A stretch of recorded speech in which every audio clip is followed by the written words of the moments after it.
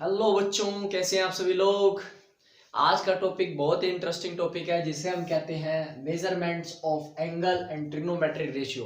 बच्चों, ये जो चैप्टर है बहुत इंटरेस्टिंग चैप्टर है। अगर आप इस चैप्टर को कर लेते हैं तो आप किसी भी डिफेंस का एग्जाम हो जाए, कोई आपका क्लास लेवल का एग्जाम हो जाए या आपका कोई भी एंट्रेंस हो जाए, आप उसमें ट्रिग्नोमेट्री को लेके आप कभी नहीं मार खाने वाले। तो बहुत ही इंटरेस्टिंग चैप्टर है, बहुत सुंदर सी कहानी है ट्रिग्नोमेट्री की, जिसे मैं आप लोगों को बताने जा रहा हूँ। देखिए ध्यान से।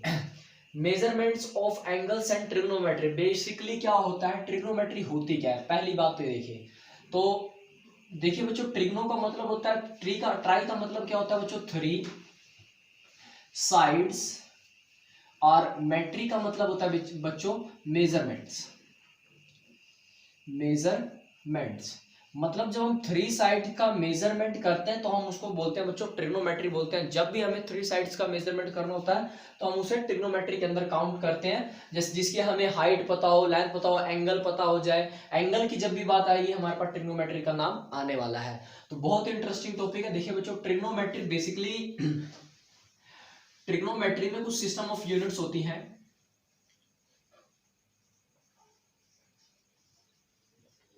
में बच्चों कुछ सिस्टम ऑफ यूनिट्स हैं। टोटल आपके पास थ्री सिस्टम ऑफ यूनिट्स होती है। मतलब ट्रिग्नोमेट्री जो कंसाइडर करती है, थ्री सिस्टम ऑफ यूनिट्स को कंसाइडर करती है। सबसे पहले आते हैं हमारा sexagesimal system of unit.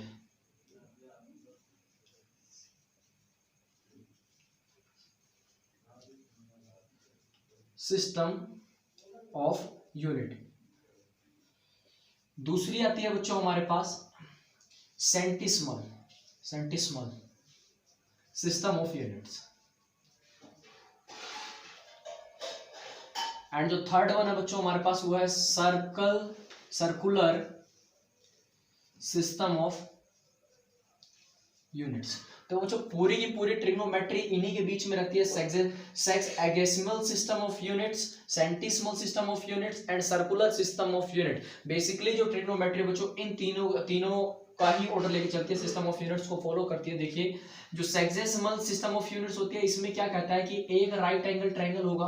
Right angle triangle को 90 डिग्री में डिवाइड करना है। कितने डिग्री में? 90 डिग्रीज में डिवाइड करना है।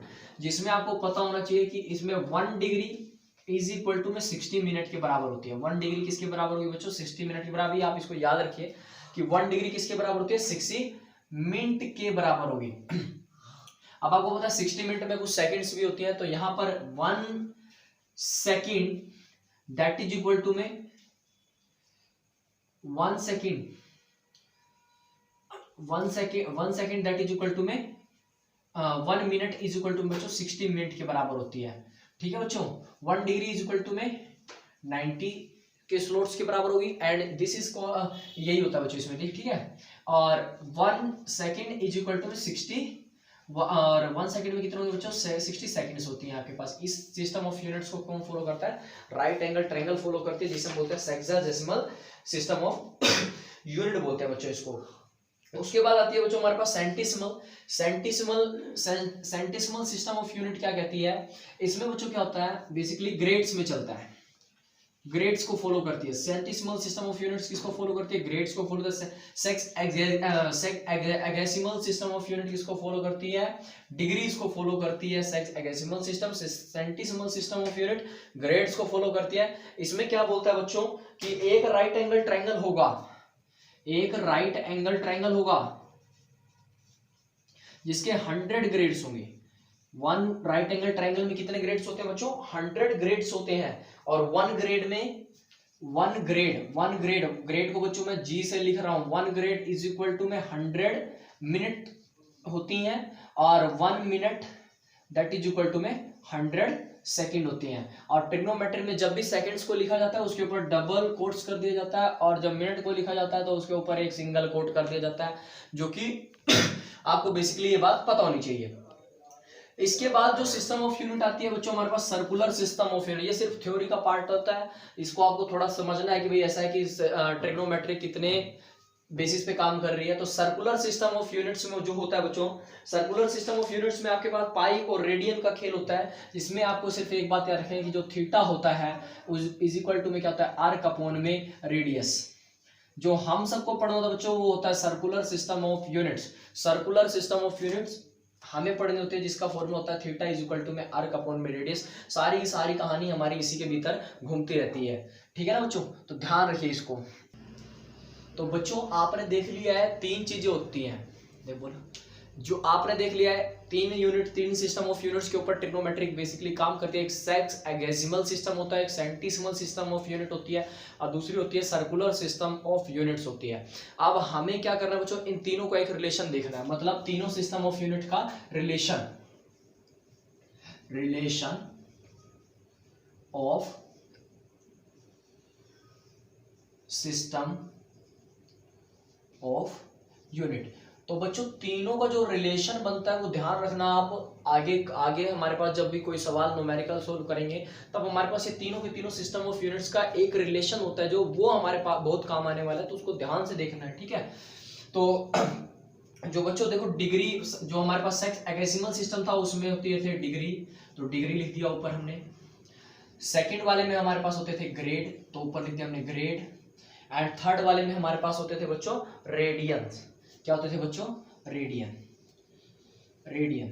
तो ट्वाइस ऑफ रेडियन, ग्रेड में 100 के इक्वल पार्ट्स होते थे, डिग्री में 90 डिग्री के इक्वल होते थे, और रेडियन आपको पता है 180 डिग्री में होता है, तो आप यहाँ लिख सकते हैं पाई, ठीक है बच्चों।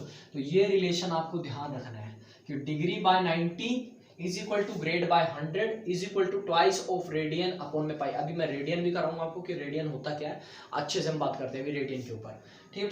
तो relation of system of unit पता लग गया, degree by 90 grade by 100 is equal to twice of radian by pi, that is called relation between three system of units, hexadecimal system, centesimal system of units and circular system of units के तीनों का relation आपके सामने यहाँ पर लिख दिया गया है। अब आते हैं relation between degrees and radian. Trigonometry का एक सुंदर सा टॉपिक है बच्चों, रिलेशन बिटवीन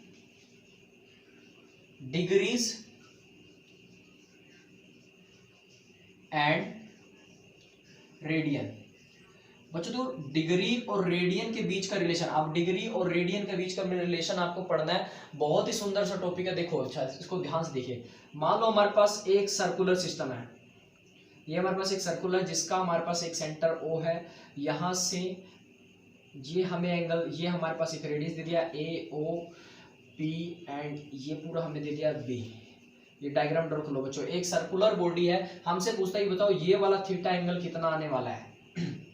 हमसे पूछता है कि रेडियन में ये वाला थीटा एंगल कितना आने वाला है, ये हमसे क्वेश्चन करता है। तो हम इसको कैसे निकालेंगे बच्चों, देखिए हमें पता है देखिए हमें जो हमसे हमेशा ये पूछा जाएगा ऐसा रेडियन का कितने डिग्री का एंगल बन रहा है, तो हमें ये ध्यान रखना है बच्चों, ठीक है ना। अब आपको पता है कि जो AOB है, देखो ये AOB ये सीधा सीधा कितने डिग्री का एंगल बनाती है, आपको पता है 180 डिग्री का। पूरा एक सेमी सर्कल कितने डिग्री का होता है, 180। तो हम कह सकते हैं कि एंगल AOB हमें पता है कितना है, एक हमारे पास twice of right angle triangle है, हम ये लिख सकते हैं twice of right angle triangle कि दो राइट एंगल है, ट्वाइस ऑफ राइट एंगल। अगर हम यहाँ से एक सीधी रेखा करें तो हमारे पास 90 डिग्री के दो एंगल बन जाते हैं बच्चों, ये हमें ध्यान रखना है इसमें।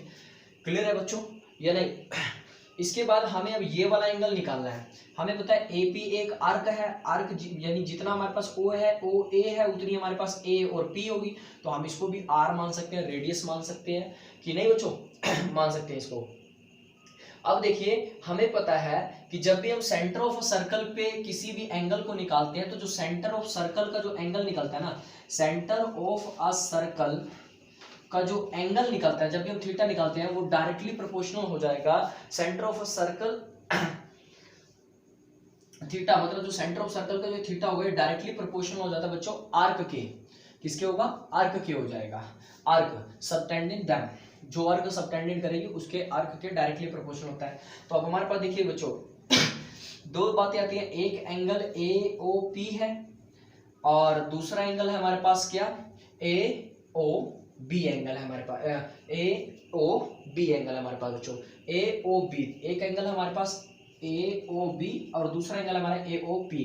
तो हमें इन दोनों का रेशियो निकाल लेना है बच्चों, ध्यान से देखिएगा, ध्यान से देखिए बच्चों, बहुत अच्छा है। AOB और AOP का दोनों का रेशियो निकालना है, हमारे पास एंगल अपने आप AOP निकल के आने वाला है। तो देखिए मैंने लिखा सेंटर ऑफ सर्कल पे अगर हमें थीटा मिल रहा है तो वो डायरेक्टली प्रोपोर्शनल होता है आर्क के, आर्क आपके पास AP आर्क है।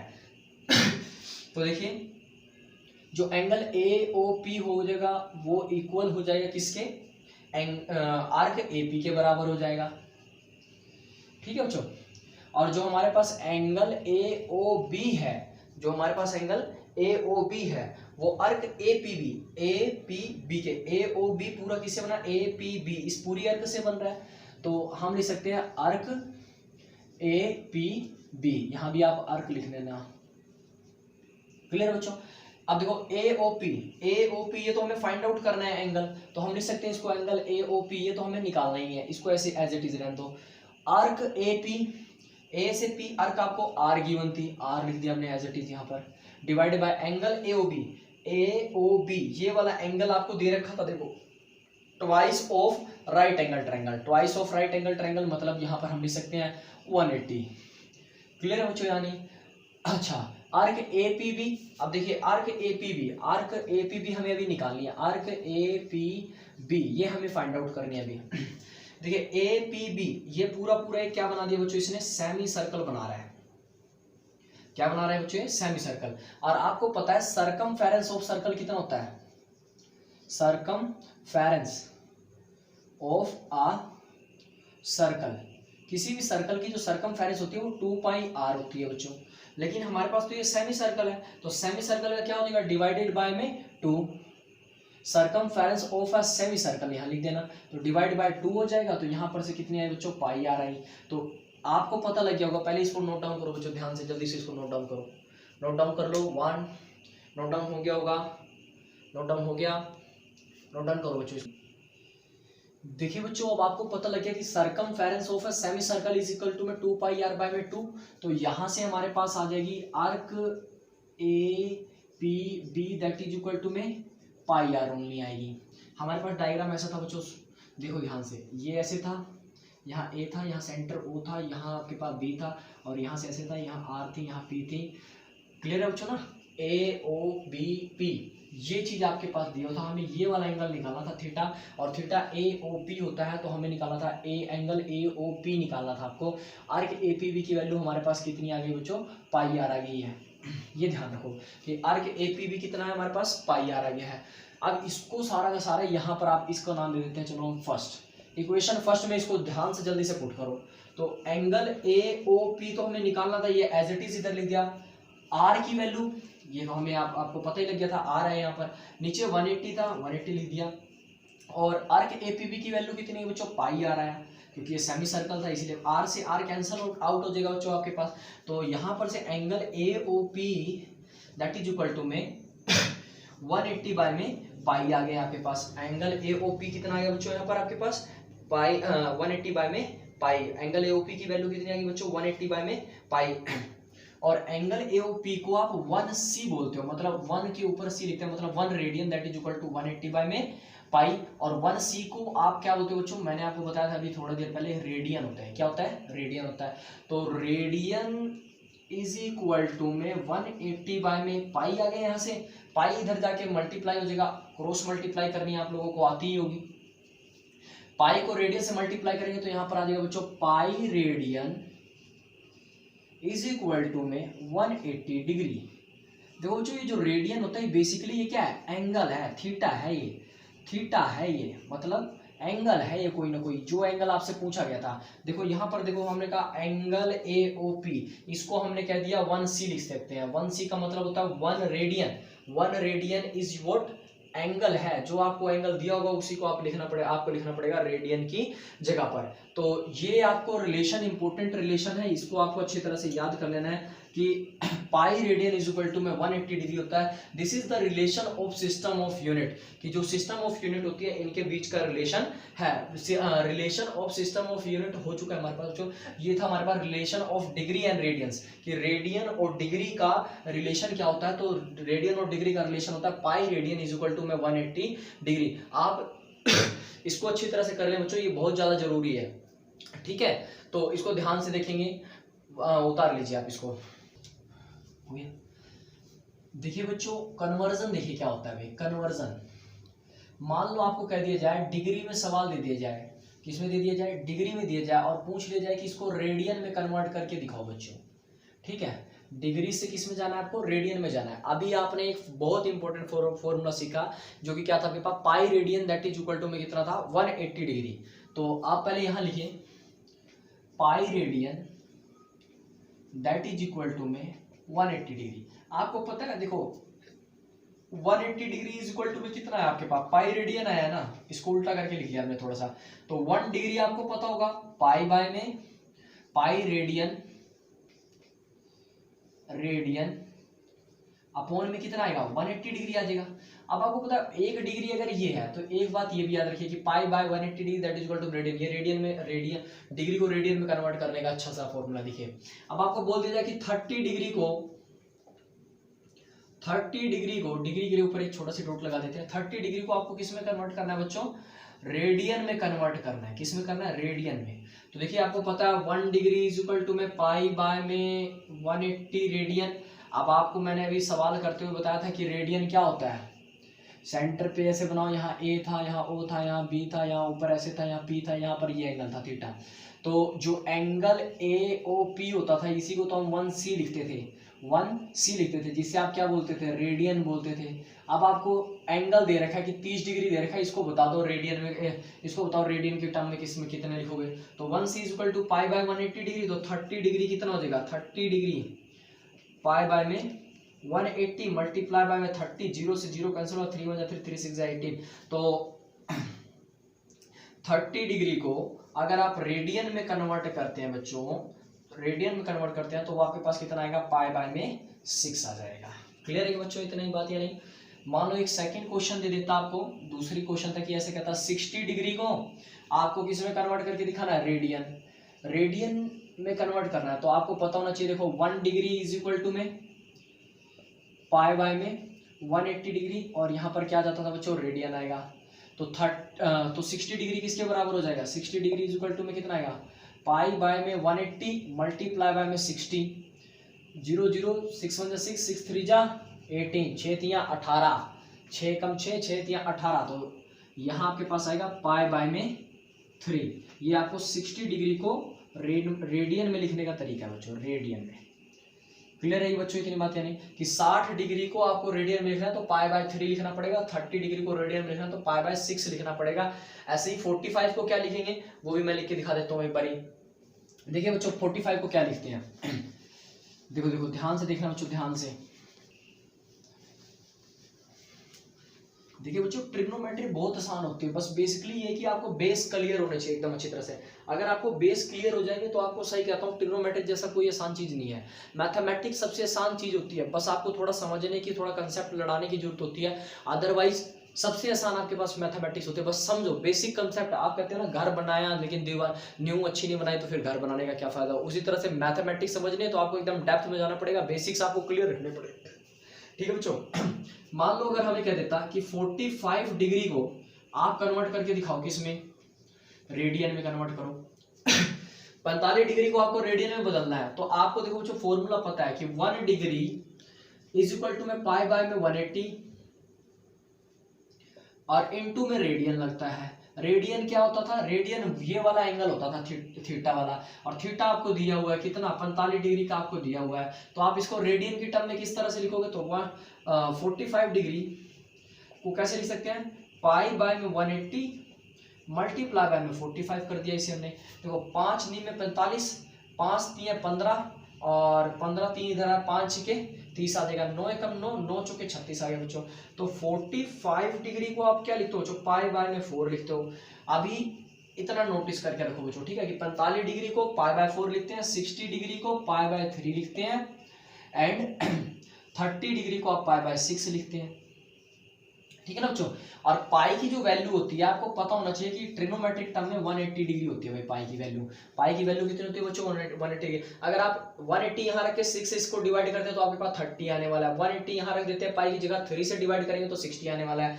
45 यहाँ पर पाई की वैल्यू 180 रखेंगे, 4 से डिवाइड करेंगे तो आपके पास 45 ही आने वाला है। तो बेसिक बच्चों यही है कि आपको एक फॉर्मूला याद रखना है कि जो पाई रेडियन होता है वो किसके बराबर होता है आपके पास 180 डिग्री के बराबर होता है, कि पाई रेडियन किसके इक्वल टू होगा 180 डिग्री के होता है। ये आप ध्यान रखना। कई बार अच्छे अच्छे सवाल जहां एनडीए के ले लो, सीडीएस के ले लो, एफकेट के ले लो, वहां पर अच्छे अच्छे सवाल फंस जाते हैं इसके कि भी ऐसा है कि बताओ पाई बाय 180 डिग्री किसके बराबर होता है, pi radian is equal to 180 degree होता है, 360 डिग्री होता है। हर एक कंसेप्ट में आपसे कई बार पूछ लेते हैं ऐसे ऐसे, ठीक है ना बच्चों। तो आपको यूनिट कन्वर्जन आना चाहिए कि डिग्री से, देखो हमने यहाँ पर क्या किया, डिग्री से किधर चले गए, रेडियन में गए, डिग्री से रेडियन में गए हुए हैं, ठीक है ना बच्चों।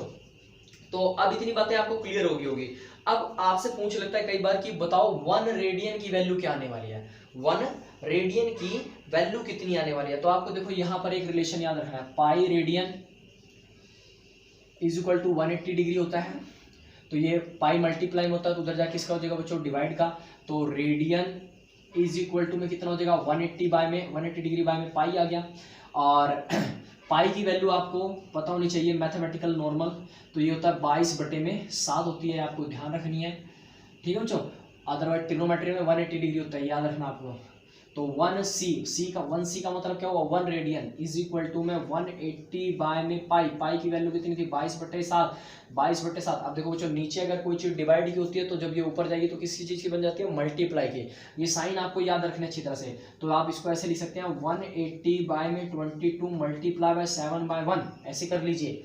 तो आप इसको इसके साथ मल्टीप्लाई कर दीजिए और जब आप इसे 22 से डिवाइड कर देंगे तो आपके पास जो रिजल्ट आने वाला है वो 57 डिग्री 16 मिनट 22 सेकेंड। इसको ऐसे लिखना है 57 डिग्री 22 मिनट 16 मिनट 22 सेकेंड। आप इसको डिवाइड कर लेना इससे बच्चों, यही आंसर आने वाला है। तो 1c की वैल्यू जो होती है आपके पास वो 57 डिग्री 16 मिनट 22 सेकेंड, ये आपको ध्यान रखनी है बच्चों, ठीक है। तो ये आपके पास किसकी वैल्यू थी बच्चों 1 रेडियन की, ये 1 रेडियन की वैल्यू थी, ठीक है बच्चों। तो इसको ध्यान से पहले नोट डाउन कीजिए जल्दी से। 1 2 3 आई थिंक नोट डाउन हो गया होगा। साथ ही साथ बच्चों नोट डाउन भी करते रह कीजिए। मेरे को वीडियो रोकनी पड़ती है इसीलिए कि मैं सोचता हूँ कि आप लोग नोट डाउन कर लो, फिर मेरे को अच्छे से बोर्ड भी क्लियर करना पड़ता है, इसी वजह से मैं थोड़ा वीडियो रोक देता हूँ कि ऐसे थोड़ा साफ हो जाए, ठीक है। अच्छा इसको नोट डाउन कर लिया होगा कि 1c की वैल्यू कितनी होती है बच्चों 57 डिग्री 16 मिनट 22 सेकंड होती है। ऐसे ही अगर हमसे पूछ ले कि बताओ भाई 1 डिग्री की वैल्यू कितनी होती है, 1 डिग्री की वैल्यू क्या होती है, तो आप देखो कैसे होता है, आपको पता होना चाहिए बच्चों। देखो pi radian is equal to में 180 डिग्री, देखो ऐसे लिख सकते हैं कि 180 डिग्री इज इक्वल टू में पाई रेडियन के इक्वल होता है कि भाई 180 डिग्री किसके बराबर हो जाएगा, पाई रेडियन के बराबर हो जाएगा। तो यहां से 1 डिग्री कितने के बराबर हो जाएगी बच्चों, तो पाई रेडियन अपॉन में 180 डिग्री आ जाएगा यहाँ पर से, कि भाई पाई रेडियन बटे में 180 डिग्री आ जाएगा आपके पास यहाँ पर से, कि नहीं बच्चों। तो 1 डिग्री इज इक्वल टू पाई की वैल्यू आपको पता ही है, मैंने पहले ही बता दिया कि यहाँ पर 22/7 लेके चलने हैं अभी, ठीक है बच्चों, कि पाई की वैल्यू कितनी 22/7 है। तो 22/7 मतलब गुना में 180 कर देना है, कि जो 22/7 है 22/7 22 अपॉन में 7 मल्टीप्लाई बाय 180। तो देन आपके पास अगर आप इसको सोल्व करते हैं, देखो आप इसको नीचे वाले की मल्टीप्लाई कर लीजिए 180 के साथ, या इसको आप नॉर्मल ऐसे डिवाइड कर दीजिए, काट दीजिए, तो जो आपके पास आंसर आने वाला है वो 0.001746 आएगा, 0.001746 रेडियन। क्लियर है बच्चों की बात, यानी कि भाई जो 1 डिग्री की वैल्यू होती है 1 डिग्री की जो वैल्यू होती है वो 0.001746 रेडियन होती है। ये आपको ध्यान रखें बच्चों कि 1 डिग्री की वैल्यू कितनी आई 0.001746 रेडियन आई। कई बार एंट्रेंस में पूछ लेता है ये बताओ 1 डिग्री की वैल्यू कितनी आने वाली है, या 1 रेडियन की वैल्यू कितनी आने वाली है। 1 रेडियन की वैल्यू होती है 57 डिग्री 16 मिनट 22 सेकेंड। देखो सिंगल कोट्स को मिनट बोलते हैं, मिनट्स बोलेंगे, डबल कोट्स को सेकंड बोलेंगे, ठीक है बच्चों, कि जो सिंगल कोट्स होती है उसे मिनट में काउंट किया जाता है, डबल कोट्स को सेकंड्स में काउंट आउट किया जाता है। तो 1 radian is equal to 57 degree 16 minute 22 second में आता है बच्चों, 57 डिग्री 16 मिनट 22 सेकंड। इसको आप नोट डाउन कीजिए जल्दी से, अच्छी तरह से नोट डाउन हो गया होगा। चलिए अब देखिए बच्चों आगे करते हैं हम, बहुत इंपॉर्टेंट टॉपिक चल रहा है अभी, बहुत ही इंटरेस्टिंग चैप्टर है। ट्रिग्नोमेट्री बहुत आसान होती है, बस थोड़ा समझो, थोड़ा आप समय निकालो। ट्रिग्नोमेट्री से सुंदर कुछ नहीं है मैथमेटिक्स में, बस हाँ ये कि ट्रिग्नोमेट्री ही बेस्ट है, ट्रिग्नोमेट्री बहुत मजेदार है, ठीक है ना बच्चों। देखिए अब जो अगला टॉपिक आ रहा है हमारे पास, वो भी बहुत इंटरेस्टिंग है, उसको भी ध्यान से समझिए क्योंकि सारी की सारी बातें वहीं से उठ के आती है आपके पास ट्रिग्नोमेट्री में, जिसे हम कहते हैं ट्रिग्नोमेट्रिक रेशियोज बोलते हैं। क्या बोलते हैं बच्चों? ट्रिग्नोमेट्रिक रेशियो बोलते हैं, ट्रिग्नोमेट्रिक रेशियो। देखिए ट्रिग्नोमेट्रिक रेशियो क्या होता है, देखिए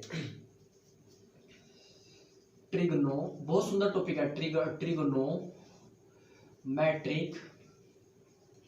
रेशियोज। जल्दबाजी में अगर कोई स्पेलिंग गलत हो जाए बच्चों तो कोई बात नहीं, ठीक है। बेसिक जो पढ़ने का मॉड्यूल कहता है कि आपका जो कंसेप्ट होना चाहिए वो स्ट्रॉन्ग होना चाहिए। बाकी स्पेलिंग स्पूलिंग डजंट मैटर, इतनी ज्यादा मैटर नहीं करेगी। कोई आप हिंदी इंग्लिश नहीं पढ़ रहे हो यहाँ पर, ये जो आप पढ़ाई कर रहे हो मैथमेटिक्स है, फिजिक्स होती है, साइंस होता है, सब कुछ आपका विदाउट स्पेलिंग चलता है। साइंस कहती है स्पेलिंग की गलती कोई बात नहीं है, क्योंकि आप इंग्लिश हिंदी में आप ग्रामर देखते हैं, ठीक है बच्चों। तो देखिए ध्यान से ट्रिग्नोमेट्रिक रेशियोज क्या होते हैं। देखिए अब तक जो हमने बच्चों पढ़ाई की है वो एक राइट एंगल ट्रायंगल के बारे में पढ़ रहे थे कि एक ऐसी राइट एंगल ट्रायंगल होती थी जिसके पार्ट्स होते थे, कुछ डिग्री में होते थे। जब हम सेक्टेगेसिमल सिस्टम की बात करते थे तब हमारे पास डिग्रीज में होते थे, जैसे 90 डिग्रीज हो गए। अब उसके बाद आते हैं हमारे पास सेंटीसिमल सिस्टम होता था जिसमें हमारे पास ग्रेड्स की बात करते थे।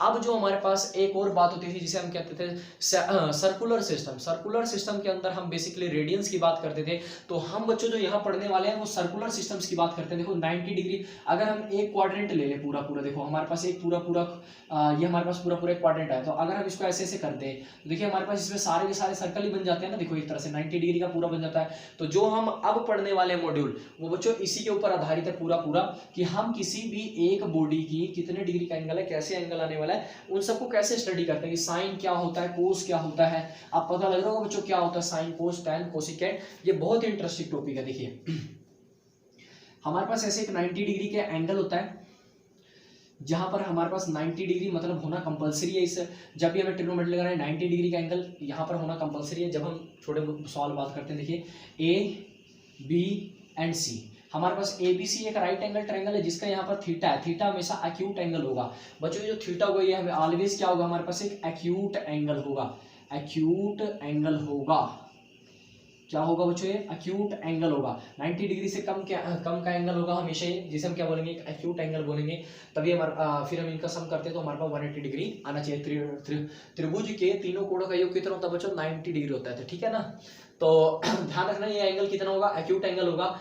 अब बच्चों देखो इसको साइन कन्वेंशन मान के देखिए, जिस पे देखो ये जो थीटा बन रहा है जहां पर देखो ए भी हमारे पास क्या हो जाएगा, बेस होगा। क्या होगा बच्चों, बेस होगा। जिसपे थीटा बन रहा है हमारे पास, देखो थीटा ऐसे आ रहा है, थीटा यहाँ पर बन रहा है तो इसको हम क्या बोलेंगे बच्चों, बेस। और एक बात जो इंपॉर्टेंट नोट करने वाली है वो क्या होती है बच्चों, हमारे पास थीटा के सामने हमेशा क्या होता है, एक परपेंडिकुलर होगा। जब भी आपके पास थीटा होगा, थीटा के जस्ट सामने हमेशा क्या होगा बच्चों, परपेंडिकुलर होगा। यहाँ पर लिख देता हूँ परपेंडिकुलर,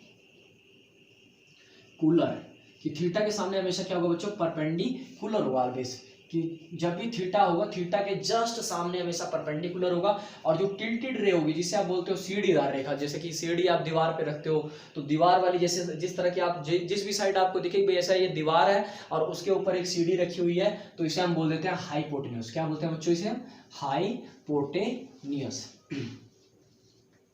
क्लियर है बच्चों, इतनी बातें नहीं, इसको क्या बोलेंगे हम, हाइपोटेन्यूस बोलते हैं। अब आपको पता लग गया होगा कि राइट एंगल ट्रायंगल के अंदर तीन चीज होती है, एक बेस होता है, एक परपेंडिकुलर होता है, एक हाइपोटेन्यूस। बेस वो होता है जिसके ऊपर थीटा बनता है। थीटा के जस्ट सामने जब जो भी साइड लिखी होगी वो दी होगी वो आपके पास परपेंडिकुलर होती है। और थीटा जिस साइड अपर साइड को टच करता है जो टिल्टेड होती है उसे हम क्या बोल देते हैं बच्चों, हाइपोटेन्यूस बोलते हैं। तो इतनी बात आपको याद रखने की, ए बी सी एक राइट एंगल ट्रायंगल होगी जिसके अंदर एक एक्यूट एंगल दे रखा होगा और आपके पास परपेंडिकुलर होगा, हाइपोटेन्यूस होगा और उसमें बेस होगा। ठीक है बच्चों। तो ट्रिग्नोमेट्री रेशियो क्या होता है बच्चों, देखो साइन थीटा, कोस थीटा और टैन थीटा। इसके बाद आता है बच्चों आपके पास यहां पर cosecant theta, secant theta and cot theta. ये सारे बच्चों आपके पास 6 ट्रिग्नोमेट्रिक रेशियो होते हैं जिनके ऊपर पूरी ट्रिग्नोमेट्री बेस होती है। Sine theta, cos theta, tan theta, cosecant theta, secant theta and cot theta. अगर आपको ये 6 ट्रिग्नोमेट्रिक रेशियो अच्छी तरह से पता लग जाते हैं किसी भी न्यूमेरिकल में हल करने के लिए, तो आप ट्रिग्नोमेट्री का कोई सा भी सवाल हल कर सकते हो, जो भी आपके पास सवाल पूछे जाएंगे वो इन्हीं 6 के 6 रेशियोज के अंदर से ही आपके पास सवाल आने वाले हैं। तो देखिए बच्चों, साइन थीटा की जो वैल्यू होती है ना, वो आपको सिर्फ याद करनी है। देखो परपेंडिकुलर होती है P, sine theta perpendicular upon में हाइपोटेन्यूज होता है। पी स्टैंड फॉर परपेंडिकुलर, यहां मैं लिख देता हूं, पी स्टैंड फॉर परपेंडिकुलर, पेंडिकुलर,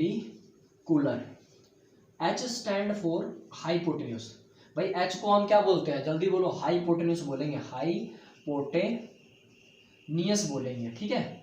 और बी को हम क्या बोलते हैं बच्चों, बेस बोलने वाले हैं, क्या बोलते हैं, बेस। तो याद रखना यहाँ पर पी एच बी, ठीक है, पी एच बी, कोई डिग्री करा रहे हैं जी, पी एच बी है।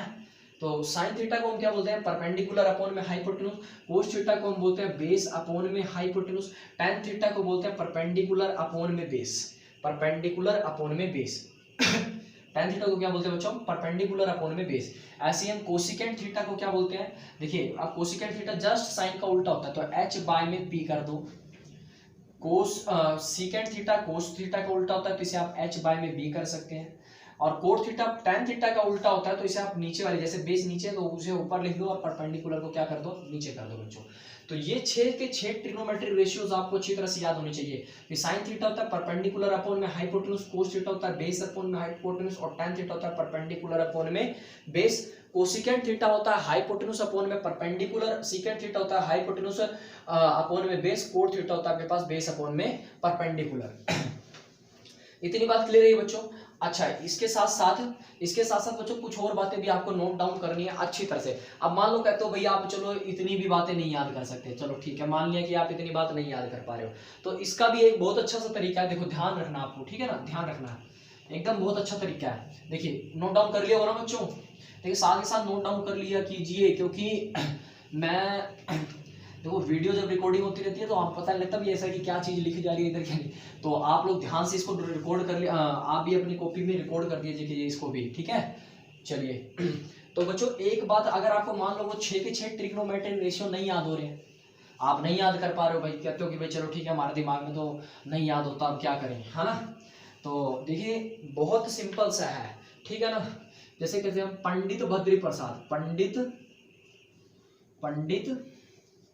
भद्री प्रसाद, देख लेना भाई, कोई एक पंडित जी थे जो बद्री में रहते थे और वो प्रसाद देते थे सबको। इतनी बात याद रखो कि एक पंडित जी थे जो बद्री में रहते थे और सबको प्रसाद दिया करते थे। और वो मंदिर किसका था, वहां लोग जाके क्या करते थे, हर भोले जी का नाम लिया करते थे, भोले शंकर जी का नाम लिया करते थे।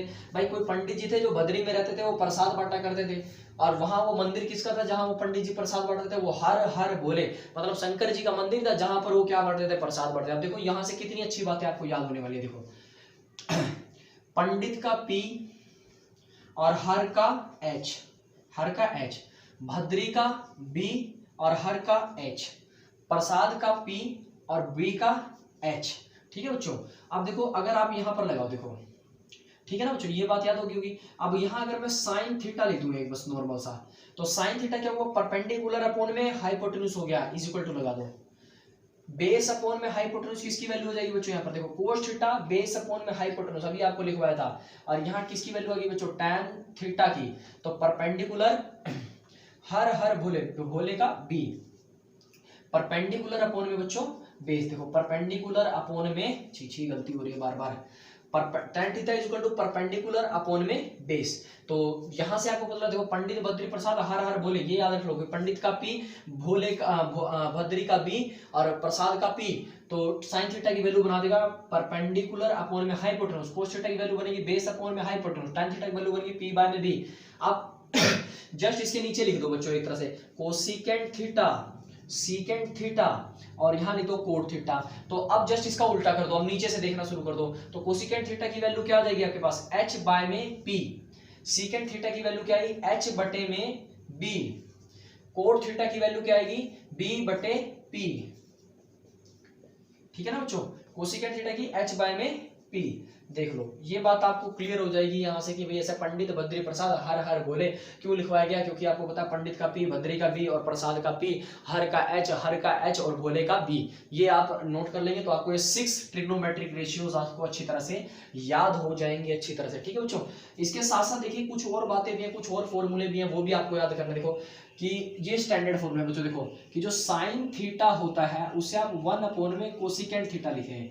1 देखो साइन थीटा किसका इनवर्स होता है, देखो साइन थीटा 1 अपॉन में कोसिकेंट थीटा लिख सकते हैं ऐसे, ठीक है ना बच्चों। कोस थीटा को आप क्या लिखेंगे, देखो यहाँ कोस थीटा था, कोस थीटा को आप लिखते हैं क्या, b/h तो लिखते ही लिखते हैं, लेकिन कोस थीटा को 1 अपॉन में सीकेंट थीटा भी लिखते हैं, ठीक है बच्चों। ऐसे ही हमारे पास tan थीटा को क्या लिख सकते हैं बच्चों, देखो tan थीटा को आप लिखते हो 1 अपॉन में कोट थीटा लिखते हैं, ठीक है ना। इसके साथ साथ और दो बातें, देखो कोसिकेंट थीटा को क्या लिखेंगे फिर जल्दी बताओ, कोसिकेंट थीटा को लिखेंगे 1 अपॉन में साइन थीटा। देखो बच्चों ये सारे फॉर्मूले आपको याद होने चाहिए। कोसिकेंट थीटा को 1 बाय में साइन थीटा लिखते हैं। इसके बाद आता है आपके पास सीकेंट थीटा, सीकेंट थीटा को आप क्या लिखते हो 1 अपॉन में कोस थीटा लिखते हैं। इसके बाद आता है आपके पास कोट थीटा, कोट थीटा को आप क्या लिखेंगे बच्चों 1 अपॉन में टैन थीटा लिखते हैं, टैन 1 अपॉन में tan theta that is the value of the cot theta, ठीक है ना बच्चों। और टैन और कोट दो इसमें ऐसे बहुत फेवरेट है सभी के, बहुत ज्यादा मतलब कहते हैं ना कि इनके पास सुप्रीम पावर होती है, टैन और कोट के पास सुप्रीम पावर है। तो इनके दो और फॉर्मूले हैं साथ में कि जो टैन थीटा होता है उसको आप साइन थीटा और बटे में कोस थीटा भी लिख सकते हैं।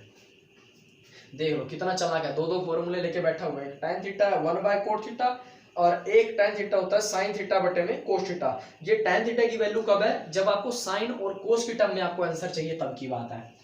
अब देखो कोट थीटा को आप जस्ट टैन का उल्टा कर देते हैं तो कोस थीटा बटे में आपको लिखना पड़ेगा साइन थीटा। जल्दी से बच्चों ये फॉर्मूले सारे के सारे नोट करो, जल्दी से, जल्दी लगाओ, 5 मिनट लगाओ, जल्दी जल्दी जल्दी, ठीक है। इतना मैं मिटो लेता हूँ इसको।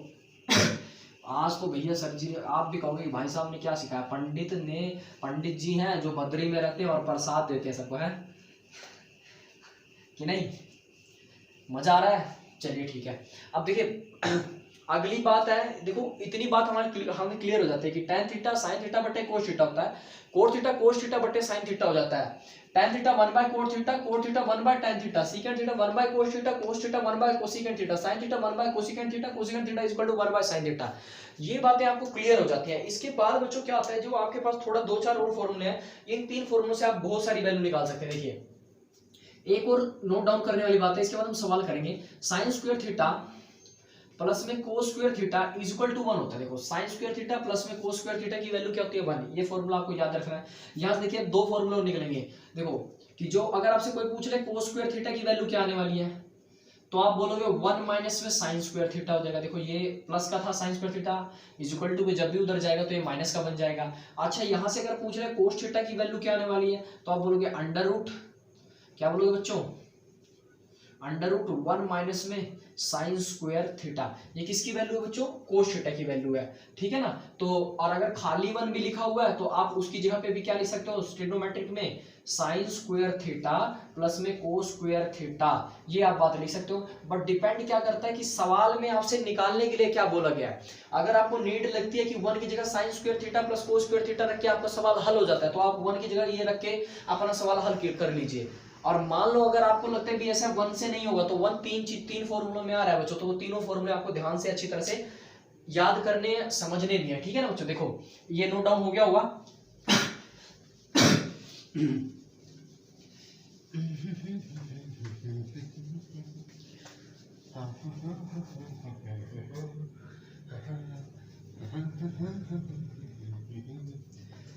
देखिए बच्चों, ये देखिए बच्चों, आप देखिए ये जो 3 फॉर्मूले हैं बच्चों, देखो आपके पास क्या आते हैं।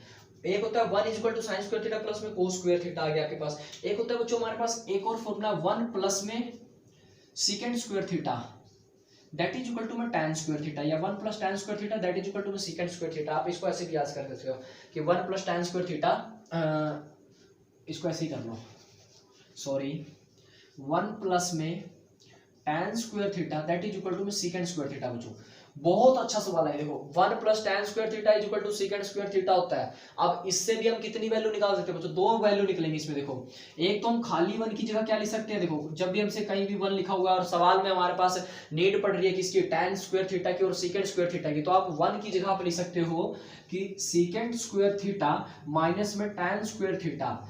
आप मतलब खाली इस 1 की जगह आप कई बार ये वाली वैल्यू लिख सकते हो। मान लो इसको छुपा लो तो पूछ रहे 1 की जगह क्या लगा सकते हैं, तो आप सेकंड स्क्वायर थीटा माइनस में tan स्क्वायर थीटा भी आप लिख सकते हो। और मान लो आपसे सेकंड स्क्वायर थीटा की वैल्यू पूछ ली तो आपके पास ये है ही है, और tan स्क्वायर थीटा की वैल्यू पूछ लेते हैं। मान लो कि आपको सवाल में नीड पड़ जाए, देखो tan स्क्वायर थीटा, तो खाली tan स्क्वायर थीटा ये प्लस का 1 उधर जाके किसका हो जाएगा बच्चों, माइनस का हो जाएगा। तो second square theta minus 1, tan square theta किसके बराबर होता है, सेकंड स्क्वायर थीटा माइनस के 1 बराबर होता है। 1 किसके बराबर होता है, second square theta minus tan square theta के बराबर होता है। और सेकंड स्क्वायर थीटा किसके बराबर होता है, 1 प्लस tan स्क्वायर थीटा के बराबर होता है बच्चों सेकंड स्क्वायर थीटा। इतनी बार नोट डाउन करनी है आपको अच्छी तरह से। अब एक और बच्चों है थर्ड फॉर्मूला जिसे हम कहते हैं आपके पास 1 प्लस में कोट स्क्वायर थीटा। अब tan आ गया तो भाई साहब कोट कहते हैं कि भाई हमारे पास भी सुप्रीम पावर है, साइन कोस कहते हैं हमारे पास है, tan और सीकेंड कहते हैं हमारे पास भी है, और कोट और कोसिकेंड कहते हैं हमारे पास भी है। तो 1 प्लस में cot square theta that is equal to में कोसिकेंड स्क्वायर थीटा। एक तो बात आपको ये याद रखनी है बच्चों। दूसरी बात कि अगर कोई पूछ ले कोट स्क्वायर थीटा की वैल्यू कितनी होगी, तो आप बोलोगे कोसिकेंड स्क्वायर थीटा माइनस 1। और अगर खाली कोट थीटा की वैल्यू पूछेगा तो आप बोलोगे अंडर रूट, ये स्क्वायर है ना, उधर जाके किसका बन जाएगा बच्चों, रूट का बन जाएगा। तो कोसिकेंड स्क्वायर थीटा माइनस 1 ये होती है बच्चों किसी कोट थीटा की वैल्यू हो जाती है आपके पास, ठीक है। और अगर खाली 1 दे दिया जाए कई बार सवाल में और आपको लगता है कि आपके सवाल में कोसिकेंड थीटा की जरूरत पड़ रही है या कोट स्क्वायर थीटा की जरूरत पड़ रही है, तो आप खाली 1 की जगह किसकी वैल्यू लगा सकते हैं, आप 1 की जगह आप ये लगा सकते हैं कि कोसिकेंड स्क्वायर थीटा माइनस में cot square theta that is equal to में 1 होता है बच्चों। ये आप ध्यान रखना, ठीक है। तो ये कुछ फॉर्मूलेज है बच्चों जिनको आपको अच्छी तरह से, मैं कहता हूं इसको आप अच्छी तरह से याद कर लीजिए, चाहे रट लीजिए, आपका काम बनेगा इससे। देखो कहते हैं जब जो चीज हमें फायदे की लग रही है तो उसको हमें ले लेना चाहिए, चाहे वो हमें जैसे मर्जी मिले, ठीक है ना। तो आप इसको अच्छी तरह से कर लीजिए, ये फॉर्मूलेज अपने दिमाग में सेट कर लीजिए, सवाल एकदम बहुत अच्छे अच्छे आपसे निकलने वाले हैं, ठीक है ना बच्चों। तो ध्यान से cosecant square theta minus cot square theta is equal to 1, cot theta is equal to में under root cosecant square theta minus में 1, ठीक है ना। तो बच्चों ध्यान रखना है आपको ये कि भाई ऐसा है कि परपेंडिकुलर क्या होता है, राइट एंगल ट्रायंगल क्या होती है, और फॉर्मूलेस जो आपको बताए गए हैं ये आपको अच्छी तरह से याद रखना है, ठीक है। तो देखिए बच्चों आपने अब तक सीख लिया कुछ फॉर्मूले। आप कहोगे भाई थोड़ा सा सवाल भी हो जाए तभी थोड़ा फॉर्मूले पढ़ने का भी मजा आता है कि नहीं। तो थोड़ा एक दो सवाल देख लो पहले क्या होता है। मान लो आपके पास एक राइट एंगल ट्रायंगल दे दी, आपको क्या दे दी बच्चों, एक राइट एंगल ट्रायंगल दे दी। यहाँ पर इसका क्या दे दिया आपको, एक 90 डिग्री का एंगल दे दिया आपको, ठीक है ना बच्चों। अब आपको कहते हैं भाई बताओ ए बी सी एक राइट एंगल ट्रायंगल दे दी जिसका बेस दे दिया 4 और परपेंडिकुलर दे दिया 3। पूछता है आप इसका हाइपोटेन्यूज निकालो और साइन 60 डिग्री की वैल्यू निकाल के दिखाओ क्या आने वाली है। साइन 60 डिग्री की वैल्यू क्या निकाल के दिखाओ क्या आने वाली है। क्या दे दिया आपको, एक ट्रायंगल दे दी कि भाई आपको एक राइट एंगल ट्रायंगल दी जिसका राइट एंगल एट बी। कहता है राइट एंगल ट्रायंगल आपके पास है जिसका राइट एंगल कहां पर है, बी पे है, और देखो बी पे 90 डिग्री का कोण बना भी हुआ है, और एंगल ए आपको 60 डिग्री दे देता है, और आपको एक साइड दे दी 3 और एक साइड दे दिया 4। तो आपको बताओ भैया इसका बताओ हाइपोटेन्यूज क्या आने वाला है।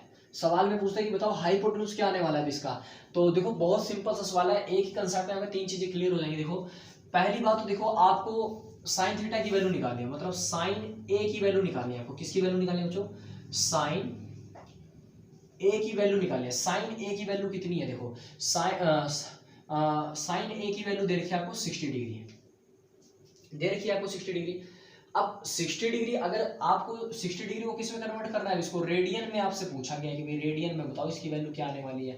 तो साइन 60 डिग्री की वैल्यू क्या आने वाली है, देखो तो आपको पता है परपेंडिकुलर अपॉन में हाइपोटेन्यूज होता है साइन ए की वैल्यू। इसको मिटाओ 2 मिनट बच्चों, सॉरी। साइन ए की वैल्यू देखो क्या होती है, परपेंडिकुलर अपॉन में हाइपोटेन्यूज। किस क्या होती है बच्चों, परपेंडिकुलर अपॉन में हाइपोटेन्यूज। तो साइन अगर आप ए पे खड़े हो तो क्या बनेगा, परपेंडिकुलर और हाइपोटेन्यूज। देखो ए नीचे की साइड आ रहा है तो परपेंडिकुलर क्या होगी, जस्ट सामने वाली साइड क्या होगी, थीटा जहां दे रखा होगा उसके जस्ट सामने वाली साइड को हम बोलते हैं परपेंडिकुलर, और उसके जिसे जहां से थीटा जाके टच होता है नीचे से ऊपर की तरफ, तो उसे हम बोलते हैं क्या, हाइपोटेन्यूज बोलते हैं बच्चों। क्या, हाइपोटेन्यूज। या आप बोल सकते हो तिरछी रेखा जो होती है, जो राइट एंगल ट्रायंगल आ रही है उसके ऊपर, उसे हम बोल देते हैं हाइपोटेन्यूज बोल देते हैं बच्चों। तो आपको एक साइड दे रखी है 3, एक साइड दे रखी है 4, आपसे पूछता है कि थर्ड साइड बताओ क्या आने वाली है। तो आपने बच्चों एक पाइथागोरस थ्योरम पढ़ रखी है। पाइथागोरस थ्योरम क्या होती थी, देखो बच्चों ये जो पाइथागोरस थ्योरम होती थी ये कब लगती थी, जब आपके पास ट्रायंगल कैसी होती थी, राइट एंगल ट्रायंगल होती थी, और आपको दो साइड पता होती थी, और आपको थर्ड साइड अगर आपको निकालनी है, क्या निकालनी है, थर्ड साइड अगर आपको निकालनी है, तब आप इस पाइथागोरस थ्योरम का यूज करते हो। तो देखो बेसिकली क्या होती थी, ये हाइपोटेन्यूज का square is equal to base का स्क्वायर प्लस परपेंडिकुलर का स्क्वायर होती थी बच्चों। तो हाइपोटेन्यूज की वैल्यू देखो हमें निकालनी है, मतलब AC का स्क्वायर तो हमें निकालना है। बेस कितना था आपके पास, 4 का स्क्वायर। बेस देखो B स्टैंड फॉर बेस, पहले मैं लिख चुका हूँ कि PBH मैं लिखूंगा हर जगह, तो आपको समझ लेना है, ठीक है ना बच्चों, ध्यान से। तो बेस कितना आपके पास, बेस आपके पास है बच्चों देखो 4 का होल का स्क्वायर कर दिया, प्लस परपेंडिकुलर की वैल्यू देखो क्या, परपेंडिकुलर आपके पास कितना है बच्चों, 3। थीटा के जस्ट सामने क्या होता है बच्चों, परपेंडिकुलर होता है, तो 3 का होल का स्क्वायर। तो यहाँ आप आगे चलते हैं, तो AC का होल का स्क्वायर, मतलब देखो AC मतलब हाइपोटेन्यूज का होल का स्क्वायर इक्वल टू 4 का स्क्वायर का मतलब होता है कि जिसके ऊपर 2 लिखा हो उसका मतलब 2 बार गुना कर दो अंदर वाले टर्म को, तो 4 का स्क्वायर 4 चौके 16 हो जाता है, और 3 का स्क्वायर करेंगे तो 3 तरीके कितना हो जाएगा बच्चों, 9 हो जाएगा। तो AC का होल का स्क्वायर इक्वल टू 25 आ गया यहाँ पर, और AC स्क्वायर है इधर, उधर जाके क्या हो जाएगा, जब स्क्वायर इक्वल टू इस साइड होता है, जब हम इसको इक्वल टू के उस साइड ले सकते हैं, मतलब राइट हैंड साइड ले जाए या राइट हैंड साइड से लेफ्ट हैंड साइड ले आए, तो वो हमेशा किसमें कन्वर्ट होता है, तो रूट में कन्वर्ट होता है। तो AC equal to under root 25 आ गया, 25 आ गया। अब 25 आपको पता है कि स्क्वायर रूट किसका होता है, 5 का होता है। देखो 25 का अगर हम एलसीएम ले लो, देखो 25 का एलसीएम लो जल्दी से, 5 5 25, 5 कम 5। अब हमें जब रूट के अंदर से निकालने होते तो हमें दो दो जो की जोड़े बनाने पड़ते हैं, तो दो जोड़ों में से एक नंबर बाहर आ जाता है। तो 25 के कितने जोड़े बने भाई, 2 जोड़े बन गए, 2 में से एक बाहर आ जाएगा। तो हम इसे ऐसे लिख सकते हैं ना, AC इक्वल टू क्या लिख सकते हैं, अंडर रूट 5 की पावर 2, कि भाई 5 को 2 बार गुना करते हैं तो हमारे पास 25 आता है। लेकिन स्क्वायर से रूट क्या हो जाता है बच्चों, कैंसिल भी हो जाता है, ये भी बात आपको पता है। तो AC की वैल्यू कितनी आ जाती है, यहाँ से 5 आ जाती है। ये लो भाई, आपने एक वैल्यू आपने निकाल दिया आपने यहाँ पर कि भाई ऐसा है, क्या हुआ आपके पास कि साइन A कितना आपके पास 5 आ गया इधर। अब आपको दे रखा था एंगल, तो साइन 60 डिग्री की वैल्यू कितनी आएगी, sine 60 that is equal to कितना है आपके पास, साइन 60 डिग्री देखो कितनी है आपके पास। अब ये किसके बराबर होता है भाई, साइन A किसके बराबर होता है, परपेंडिकुलर अपॉन में हाइपोटेन्यूज के, तो sine 60 degree that is equal to कितना है आपके पास, यहाँ से देखो ये चलो बच्चों ये सवाल नहीं बनेगा, सॉरी इसको हटा दो, इसको क्रॉस कर दो, ठीक है। तो यहां से आपके पास अब बन गया कि AC की वैल्यू कितनी आ गई बच्चों, यहाँ पर 5 आ गई। क्या ये AC की वैल्यू 5 आ गई। इस तरह से आप कितनी भी ट्रायंगल ले लो, कोई सी भी ट्रायंगल ले लो, आपको जिसकी एक थर्ड साइड निकालनी हो आप उसकी वैल्यू निकाल दोगे, ठीक है ना। अगर साइन A की वैल्यू आप यहाँ निकाल सकते हैं, तो अब आपसे अगर पूछ ले, देखो अब आपसे अगर पूछ लिया जाए, इतनी बात क्लियर है ना बच्चों, ध्यान रखना आप ये बात है कि भाई ऐसा पाइथागोरस थ्योरम कहाँ काम आने वाली है, कैसे लगती है पाइथागोरस थ्योरम, क्या काम करती है Pythagoras theorem. Pythagoras theorem basically क्या करते हैं, राइट एंगल ट्रायंगल पे लगती है, और क्या काम करती है, दो साइड दे रखी होंगी तो थर्ड साइड आपको निकाल के फाइंड आउट करके दे देगी, ठीक है ना बच्चों। तो देखिए साइन A की वैल्यू आपके पास कितनी है, परपेंडिकुलर अपॉन में हाइपोटेन्यूज, तो परपेंडिकुलर की वैल्यू कितनी है 3, और हाइपोटेन्यूज की वैल्यू कितनी है भाई 5, तो 3/5 किसकी वैल्यू आ गई, साइन A की वैल्यू, जब आप A पे खड़े होकर देखते हैं तो, ठीक है ना बच्चों। अगर आप खड़े हो जाए देखो साइन C पे, C क्या है बच्चों, ये लोकेशन है, कि हम यहाँ पर बार बार ये क्या है, लोकेशन है, कि आप जिस भी लोकेशन पे खड़े होके बोल रहे हैं उस लोकेशन से खड़े होके देखिए इसको, होता तो साइन C से भी परपेंडिकुलर अपॉन में हाइपोटेन्यूज होगा, लेकिन C से एंगल चेंज हो जाएगा। देखो थीटा अगर यहाँ ले लेते हैं तो थीटा के जस्ट सामने क्या बन गया, अब ये परपेंडिकुलर, तो परपेंडिकुलर क्या बन जाएगा अब 4, और बेस क्या बन जाएगा आपके पास ये 3, और हाइपोटेन्यूज क्या रहेगा आपके पास AC रहेगा। तो परपेंडिकुलर कितना बन गया 4, और हाइपोटेन्यूज क्या रहेगा आपके पास 5, तो 4 बटे में क्या बन जाएगा बच्चों, यहाँ पर 5 आ जाएगा आपके पास। कब, जब आप C पे खड़े होकर देखेंगे तब 4/5, A पे खड़े होकर देखेंगे तो साइन की वैल्यू 3/5। ऐसे ही हमारे पास tan A की वैल्यू पूछ ले कि बताओ tan A की वैल्यू क्या है, तो tan tan की वैल्यू निकालनी है ए पे खड़े होके, ए ये रहा आपके पास, ए यहाँ से खड़े हो जाओ, ए की वैल्यू क्या होगी, tan a किसके बराबर होता है, देखो मैंने आपको पहले फॉर्मूले में लिखवा दिया बच्चों कि tan a किसके बराबर होता था, परपेंडिकुलर अपॉन में बेस के बराबर होता था।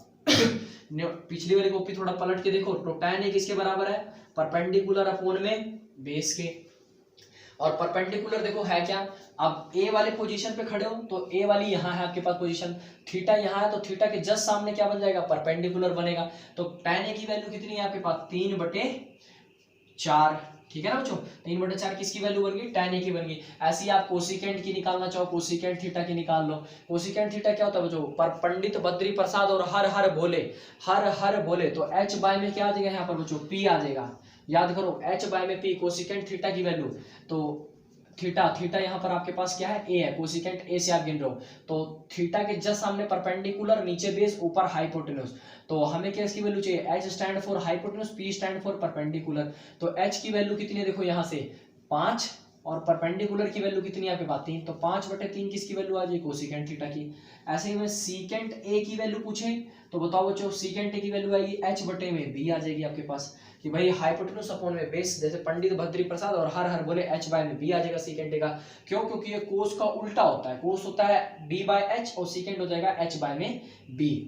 क्लियर है ये बच्चों, इतनी बातें नहीं, जिस जो बीच में देख रहा है लेक्चर तो भाई इसको ऐसे नहीं समझ आने वाला है, आप शुरू से देखिए लेक्चर को तो आपको सारी बातें समझ आ जाएंगी। देखो सीकेंट a h बाय में b, तो हाइपोटेन्यूज की वैल्यू कितनी है आपके पास यहाँ पर 5, और बेस की वैल्यू कितनी है, तो 4, तो 5/4 आपके पास सीकेंट a की वैल्यू आ जाएगी। देखो साइन की निकाल दिया, कोसिकेंट की निकाल दिया, सीकेंट की निकाल दिया, tan की निकाल दिया, एक कोस की और निकाल दो। कोस की होती है बच्चों b/h, बेस बाय h, तो बेस कितना के पास 4, कोस a से खड़े हो रहे हैं, खाली कोस कुछ ना, तो बच्चों इसके साथ थीटा लगाना जरूरी है, तो थीटा हमारे पास अभी क्या चल रहा है, पॉइंट a, तो बेस बटे में हाइपोटेन्यूज, तो बेस की वैल्यू देखो कितनी है आपके पास 4, और हाइपोटेन्यूज की वैल्यू देखो कितनी है आपके पास 4, तो 5, तो 4/5 किसकी वैल्यू आएगी, कोस a की वैल्यू आई b/h, मतलब 4/5। ऐसे ही हमारे पास देखो सीकेंट हो गया, tan हो गया, कोट की वैल्यू निकालो, कोट a की वैल्यू क्या होगी, जैसे p/b होती है tan की, और b/p किसकी हो जाएगी बच्चों, कोट की। तो बेस कितना है इसमें देखो 4, और परपेंडिकुलर थीटा के जस्ट सामने परपेंडिकुलर, तो 4/3 आ जाएगी आपके पास कोट a की वैल्यू। बच्चों देखो आप इन्हीं चीजों को ध्यान से बार बार रिवाइज करते रहिए, अगला जो टॉपिक आएगा वो कल ही मैं लेक्चर डाल दूंगा, और अगला जो टॉपिक है वो बहुत ज्यादा इंटरेस्टिंग होगा। Thank you so much for watching, for giving me support, thank you.